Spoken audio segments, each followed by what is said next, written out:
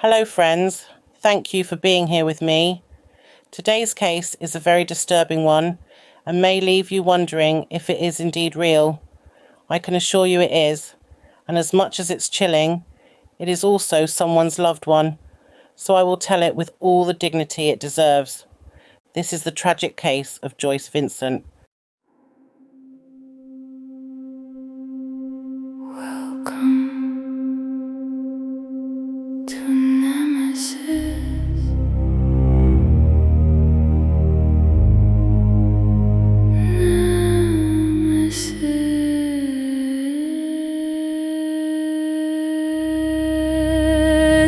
Nemesis.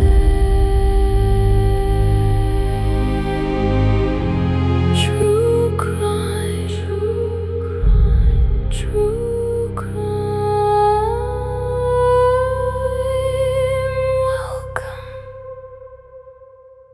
to Nemesis. North London, Wood Green. An ordinary block of flats sat above an ordinary shopping centre, the kind you have walked past 100 times and never once looked up at. Behind one of those windows, a television was on, and it had been on for a very long time. People had noticed things in a way, but only small things, the kind that are easy to explain away. There was a smell, faint at first and then stronger, but there were waste bins nearby, and bins always smell, so nobody thought any more of it. The building was a noisy one, so a television murmuring away behind a locked door was nothing worth remarking on, and the windows did not let you see inside. So life simply went on around that bedsit for a long time, longer than you would ever believe. Then came the 25th of January, 2006. Two men climbed the stairs that morning, not police, not family. A bailiff and an officer from the housing association come to do the dullest job there is. They had come to take the bedsit back. The rent had not been paid, not properly, not for a long time. Though strangely, part of it had kept arriving all on its own, paid automatically, just enough to make everyone assume the woman who lived there was alive and simply behind on the rest. She was not behind on the rest. The arrears had climbed past £2,000. The letters had gone unanswered, and so in the end, someone was sent to force the door. They banged on the door, but no one answered. Just the faint sound of a television, playing to no one, on the other side. So they forced it open, and who was she? This woman behind the locked door. Her name was Joyce Carol Vincent, and if you had met her a few years earlier, nothing about her would have told you this was how her story ended. She was born in Hammersmith in 1965, the youngest of 5 girls. Her parents come to London from Granada. She lost her mother at 11 and was raised from there by her 4 older sisters. And she made something of herself. She went into the city, into finance, and she ended up at Ernst & Young, one of the largest firms in the country, where she worked for 4 years in the Treasury Department. This was not a woman struggling to get by. This was a woman with a career, a wage, a desk in a building full of people who knew her name. She moved through a wide circle of friends in the music world too. In 1990, she was at Wembley for the Mandela tribute concert, and by her own account, she met the man himself and shook his hand. She had dinner once with Stevie Wonder. She spoke on the telephone with Isaac Hayes. These are not the details of a small life. She was clever, she was capable, and to everyone who knew her back then, she was going somewhere. Which is what makes what came next so very hard to understand. And then, somewhere around the turn of the century, Joyce's life began to change. In March of 2001, she resigned from her job at Ernst & Young. No one has ever really known why. She simply left, and the good career, the wage, the desk with her name on it, all of it was behind her. What we do know is that somewhere in this time, Joyce spent a period in a refuge in Haringey, a shelter for women fleeing domestic abuse. A source close to the investigation later said there had been a relationship and a history of violence in it. She took a job cleaning in a budget hotel. The woman who had dined with Stevie Wonder, who had worked 4 years as an accountant at one of the biggest firms in the country, was now scrubbing rooms for a living and telling almost no one. Slowly, quietly, Joyce began to pull away from everyone who loved her. Her friends, her sisters. One by one, the threads that tied her to other people were let go. Why she did it, no one can say for certain. Some have wondered if she was ashamed to be a woman who had been hurt like that. Others have thought she was hiding, that she did not want to be found by the man who had harmed her. But these are only guesses, and they are the guesses of people looking back, trying to explain something that may never fully make sense. What is certain is this.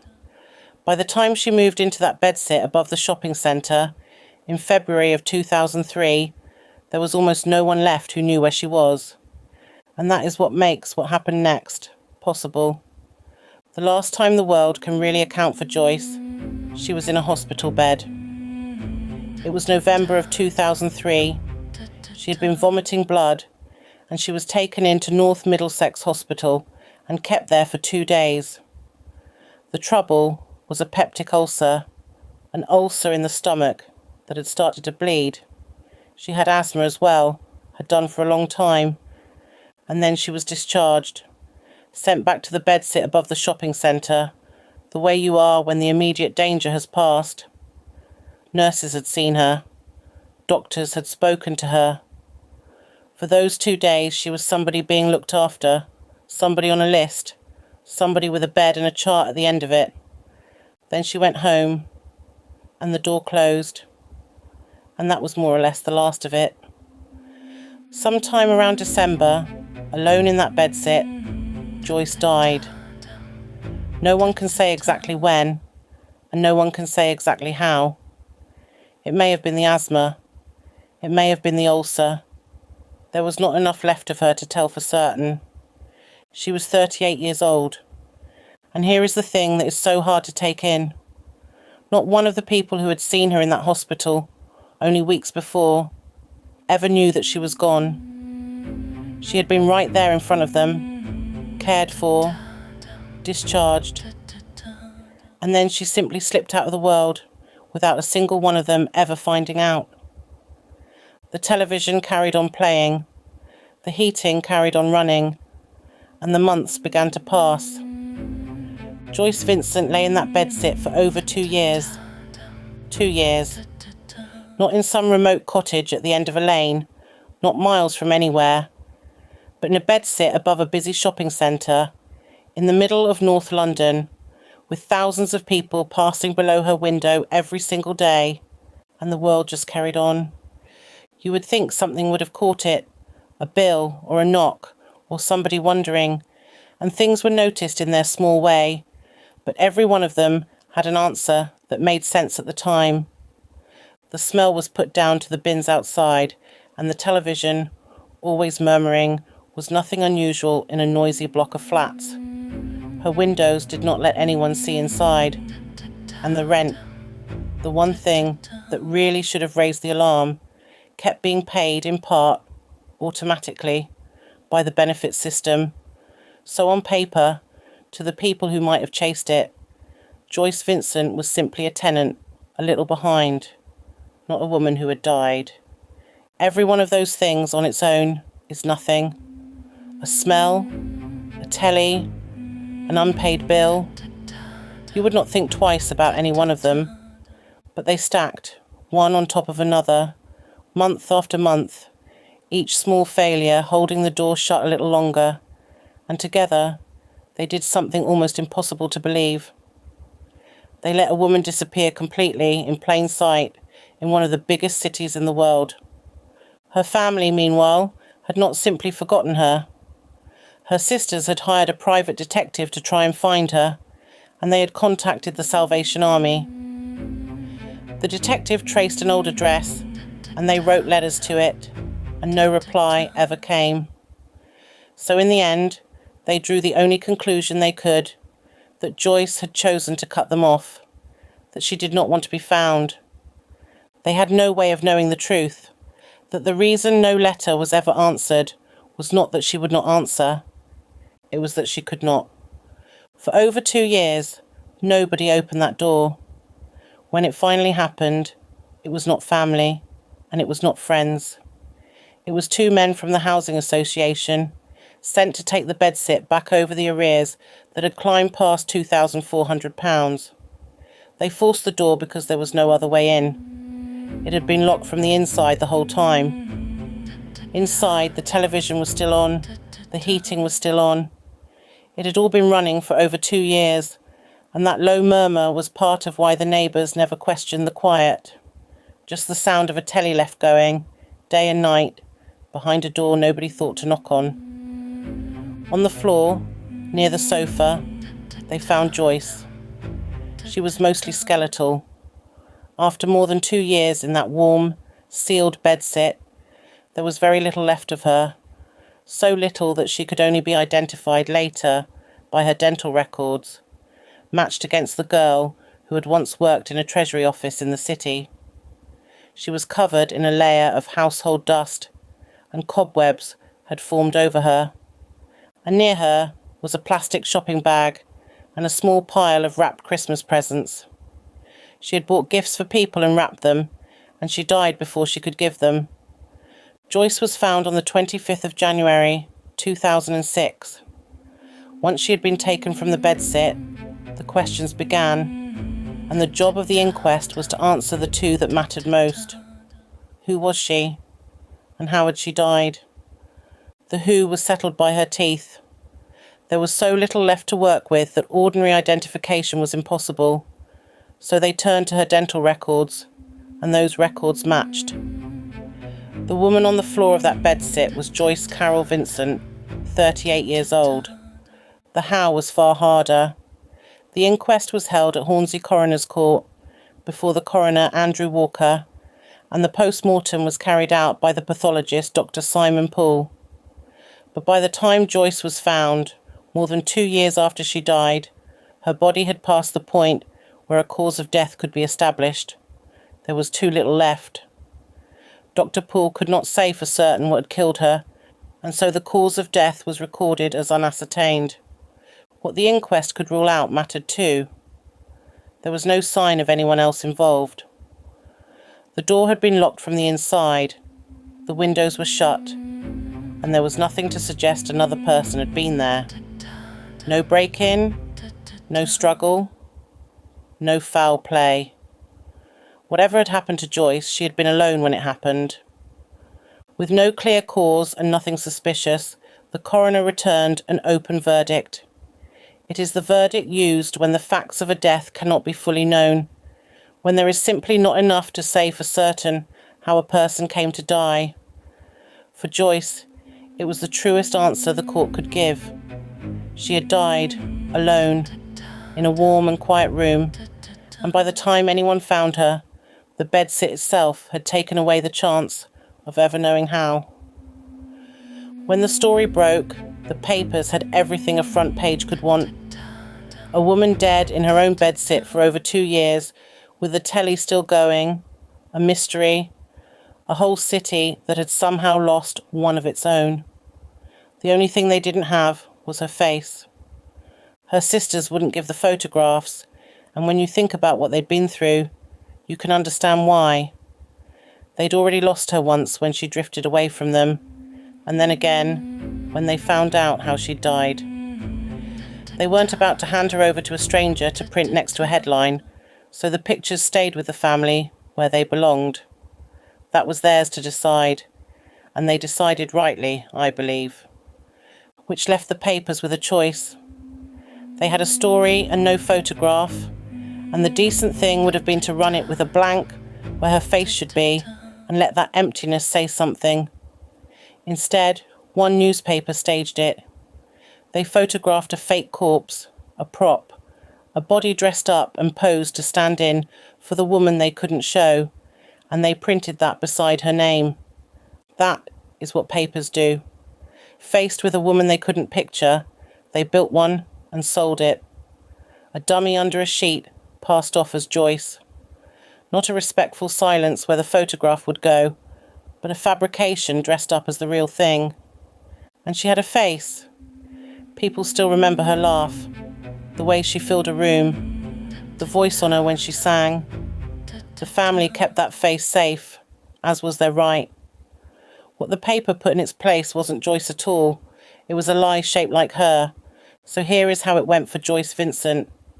The people around her let her slip out of sight while she was alive. And when she was gone, the paper that could have simply left her be chose instead to make up a fake dummy, take photos of it and try to pass it off as her, glorifying her death for their financial gain. There was one person who couldn't let it go. A filmmaker called Carol Morley found a discarded newspaper on the London Underground in 2006, the front page carrying the bare bones of Joyce's story, and something about it wouldn't leave her alone, not the horror of it, the blankness. Here was a woman reduced to a headline. No age, no history, no face, and Morley wanted to know who she actually was. So she went looking, and she kept looking for 5 years. She took out adverts in the papers asking anyone who'd known Joyce to come forward. She paid for a black cab to drive around London with a poster on the side, Joyce's name on it, a plea to strangers. Slowly people came, old friends, a former boyfriend, colleagues from her years in the city, and out of them Morley built the film Dreams of a Life, with the actress Zawe Ashton playing Joyce. And here is what she found.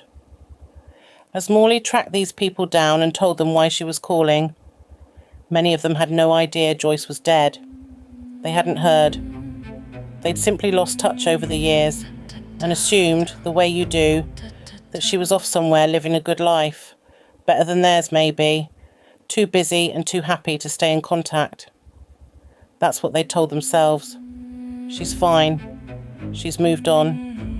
And all that time she'd been lying dead in a bedsit above a shopping centre, and not one of them had felt the absence sharply enough to check. That's what the film laid bare. Joyce wasn't friendless. She'd been adored.